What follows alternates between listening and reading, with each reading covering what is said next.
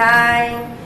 श्री नारायण बोले, हे नारद जी, भगवान की आज्ञा पाकर गरुड़ जी उस ब्राह्मण से बोले, हे ब्राह्मण श्रेष्ठ, जैसा भगवान ने कहा तुम्हें 7 जन्मों तक पुत्र सुख तो नहीं था, किंतु हे तपोधन स्वामी की आज्ञा से मैं तुम्हें पुत्र का वर देता हूँ।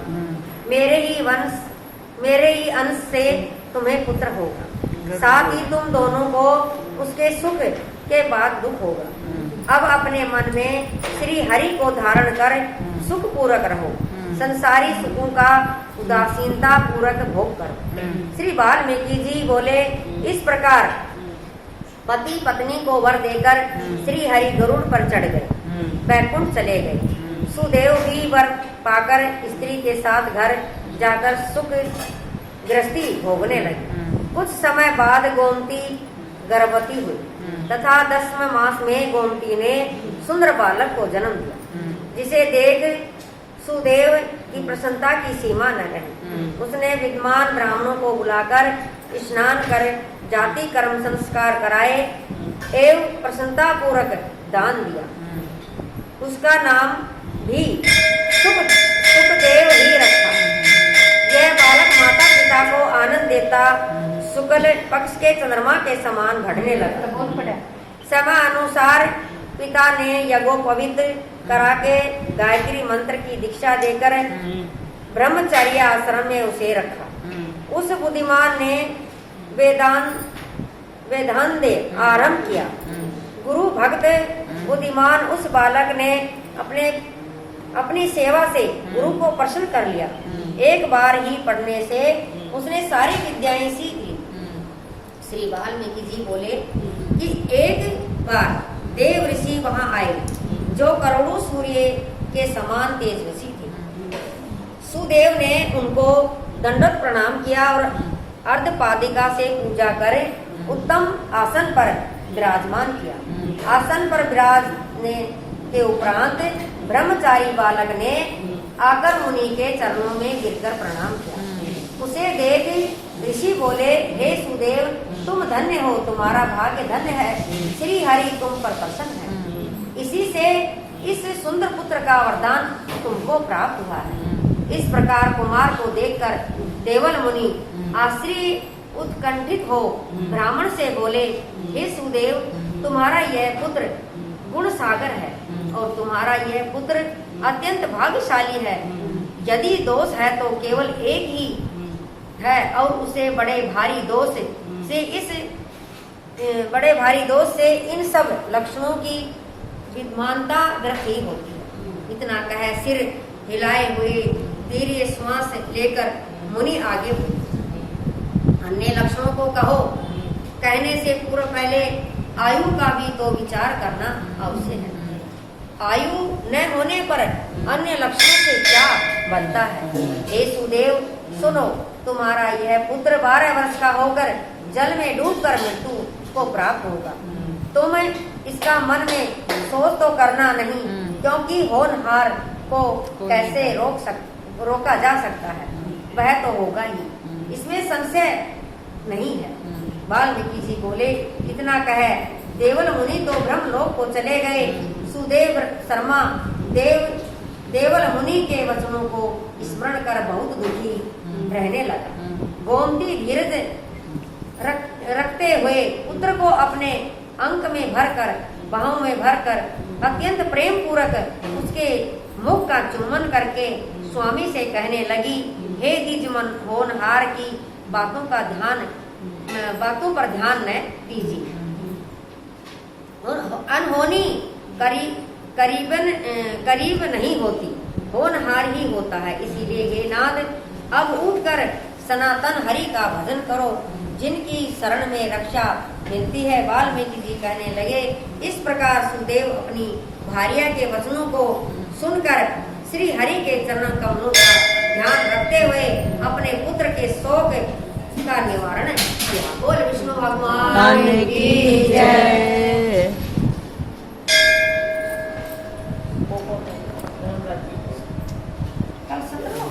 अगर ज्ञानोपार्जन के पश्चात दर्द धनवा का क्या हुआ। श्री नारायण जी बोले, राजा दर्दधनवा अपने पूर्व जन्म की कहानी सुनकर अति आश्चर्य में भर उठे।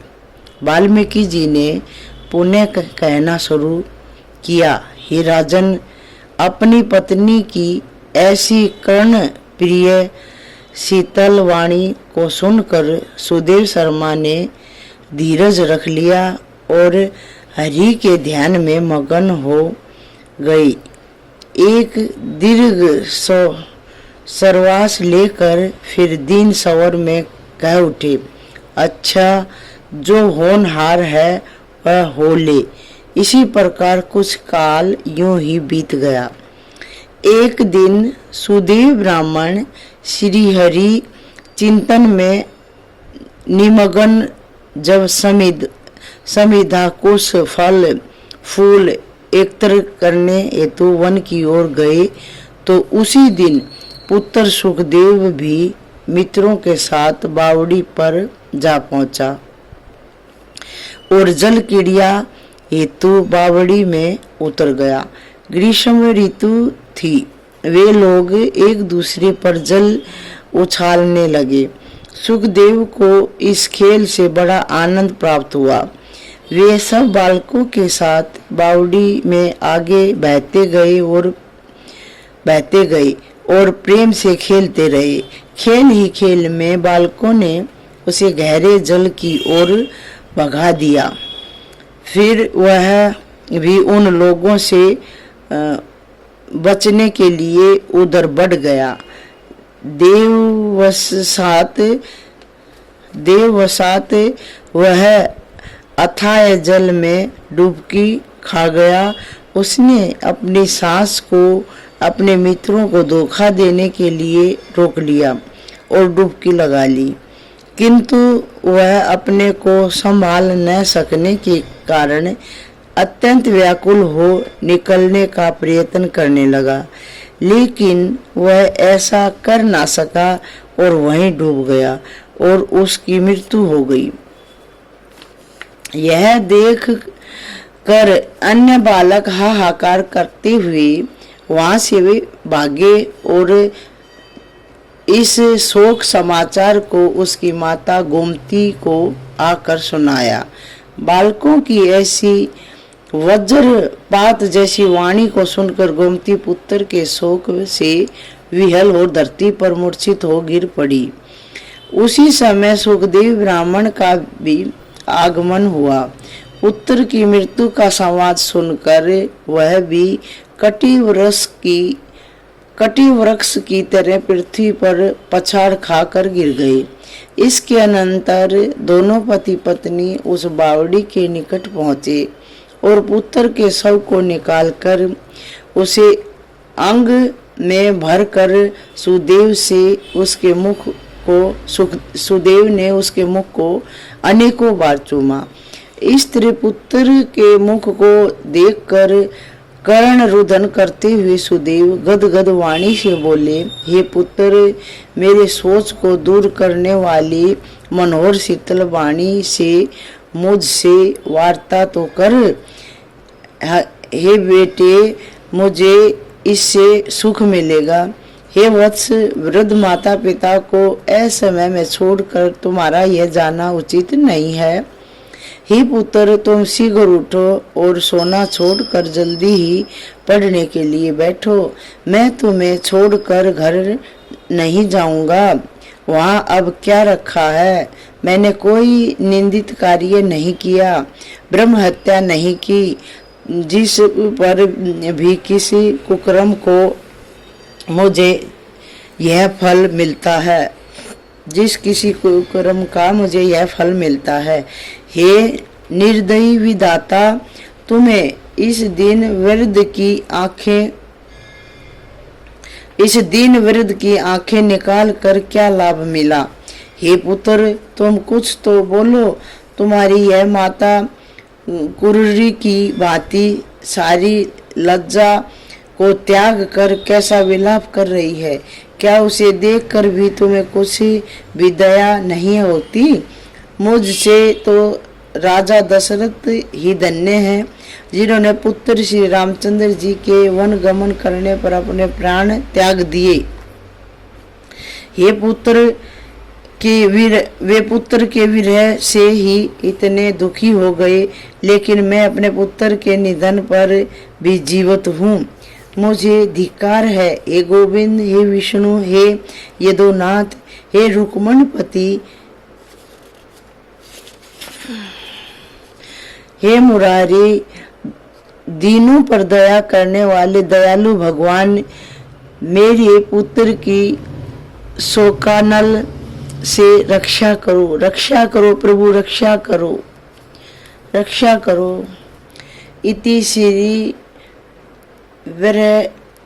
वृषणाराध्य पुराणे पुरुषोत्तम हातव्य श्री नारद संवादे दृढ़ धनवा पास्य ने सुदेव विलापो नाम सप 10 अध्याय। बोल पुरुषोत्तम भगवान की जय। पुरुषोत्तम भगवान की जय। नारद मुनि बोले, हे तपोनिधि राजा, दृढ़धमना को वाल्मीकि जी ने इसके उपरांत क्या सुनाया, कृपया मुझे सुनाइए। श्री नारायण भगवान बोले, हे दृढ़धमना, अपने पूर्व जन्म की कथा सुनकर आश्चर्यचकित रह गए और वाल्मीकि जी से फिर पूछा। दृढ़धमना बोले, हे ब्राह्मण, आपके वचन अमृत के समान मीठे हैं, जिनको सुनकर मन ही नहीं भरता। आगे का चरित्र सुनाइए। वाल्मीकि जी बोले, हे राजन, सुनिए। वह ब्राह्मण जिस समय पुत्र शोक में विलाप कर रहा था, उस समय 10 दिशाओं में गर्जन करता मेघ छा गया। पर्वतों को कपाती हुई भयानक हवा चलने लगी। मेघ गर्जना से दिशाएं भर गई। महीने भर निरंतर वर्षा की झड़ी लग गई। धरती पर पानी ही पानी हो गया, किंतु पुत्र शोक में तपा ब्राह्मण कुछ न जान सका। वह महीने भर जल अन्न का त्याग कर वह पुत्र ही को हाय पुत्र पुकारता रहा। विलाप करते महीना बीत गया।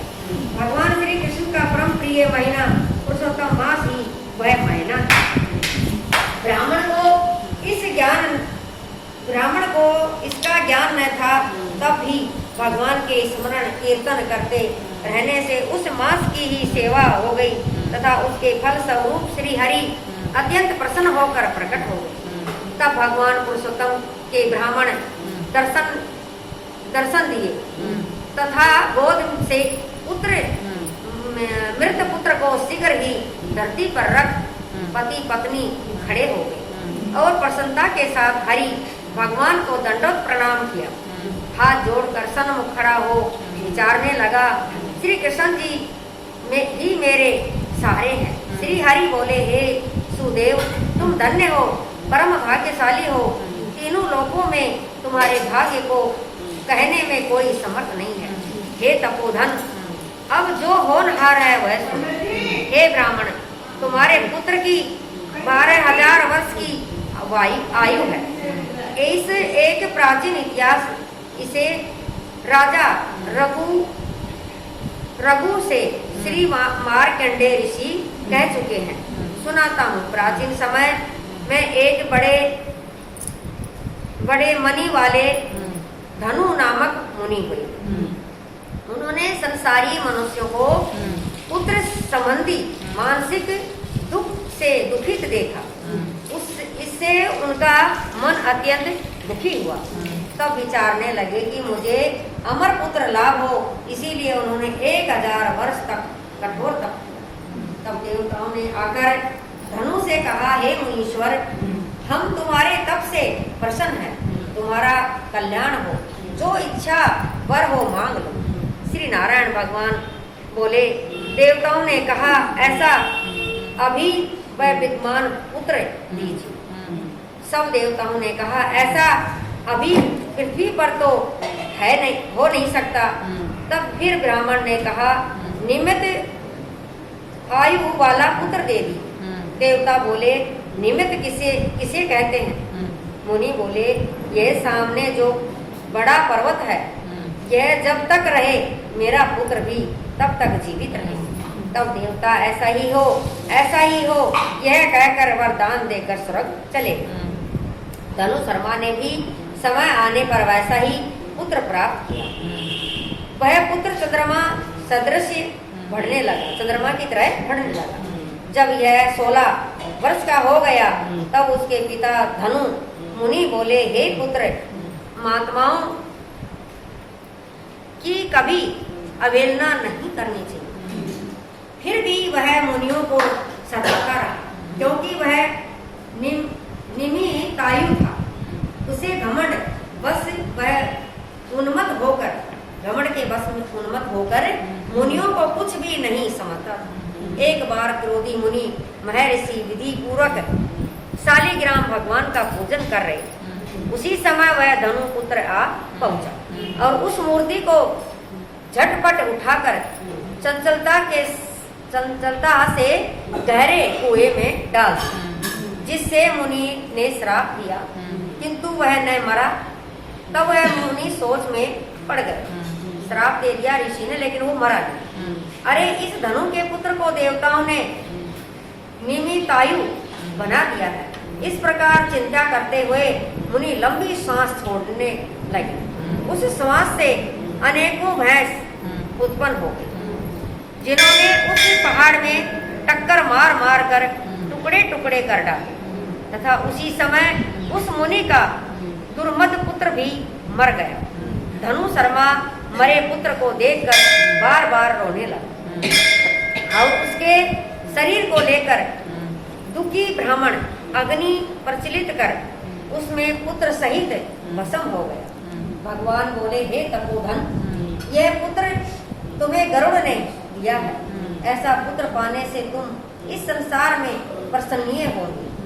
मैंने तुम्हारे इस पुत्र को पुरुषोत्तम मास के व्रत से प्रसन्न होकर बड़ी उम्र का बना दिया है। गृहस्थ धर्म का पूर्ण सुख भोग कर तुम ब्रह्मलोक में जाओगे और वहाँ भी सुखी रहोगे। इस प्रकार वहाँ 1000 देवताओं के वर्ष तक सुख भोगने के बाद पृथ्वी पर तुम्हारा जन्म होगा। वहाँ चक्रवर्ती राजा बनोगे। दुर्योधन राजा नामक राजा बनकर तुमने सुख संपत्ति सेवा वाहन आदि सुख 10,000 वर्ष तक पृथ्वी पर भोगोगे। तुम्हारे 4 श्रेष्ठ पुत्र होंगे एवं एक भाग्यशालिनी सुशीला कन्या उत्पन्न अत्यंत सुंदरी होगी। हे बड़भागी, इस प्रकार देव दानव दुर्लभ अनेकों सुख भोगने से तुम अपने को कर्तव्य बड़ा मान बैठोगे और अज्ञानवश तुम्हारा मन दुष्टर संसारिक सुखों की ओर लग जाएगा। उस समय तुम संसार समुद्र के पार करने वाले विष्णु भगवान को भी भूल जाओगे। तब यही तुम्हारा पुत्र तोता बनकर बड़ वृक्ष पर बैठकर तुम्हें ज्ञान देगा। उस समय तुम तोते के श्लोक का भाव न समझकर उदास होकर घर आकर चिंता के समुद्र में लीन हो जाओ। उस समय हे ब्राह्मण तुम्हें वाल्मीकि ऋषि आकर ज्ञान देंगे। तब संशय निवृत्त होने पर संसारिक सुखों को त्याग कर श्री हरि पद को अपनी स्त्री के साथ पाओगे, जिसमें गया लौटता नहीं, गया हुआ वापिस ही लौटता नहीं। इस प्रकार भगवान के कहते ही वह ब्राह्मण पुत्र उठ बैठे। स्त्री पुरुष पुत्र को देख बड़े प्रसन्न हुए। देवता भी उनके ऊपर पुष्प वर्षा करने लगे। सुखदेव जी ने भी उठकर श्री हरि एवं माता पिता के चरणों में प्रणाम किया। उस समय पुत्र को देखकर गरुड़ जी बड़े प्रसन्न हुए। ब्राह्मण आश्चर्यचकित होकर श्री जगदीश्वर हरि को प्रणाम कर हाथ जोड़ अपने हृदय के संशय नियुक्ति के लिए मधुर वचन में बोला, हे प्रभु, मैं 4000 वर्ष तक कठोर तप करता रहा। तब आपने प्रकट होकर कहा था, हे पुत्र, तुम्हारे भाग्य में पुत्र नहीं है। अब उसके विपरीत स्वयं आकर मेरे पुत्र को जीवित कर दिया, इसका क्या कारण है? बोले विष्णु भगवान की जय। पहले तो मना करते थे ना भगवान यहाँ। अब ये कल बताएंगे।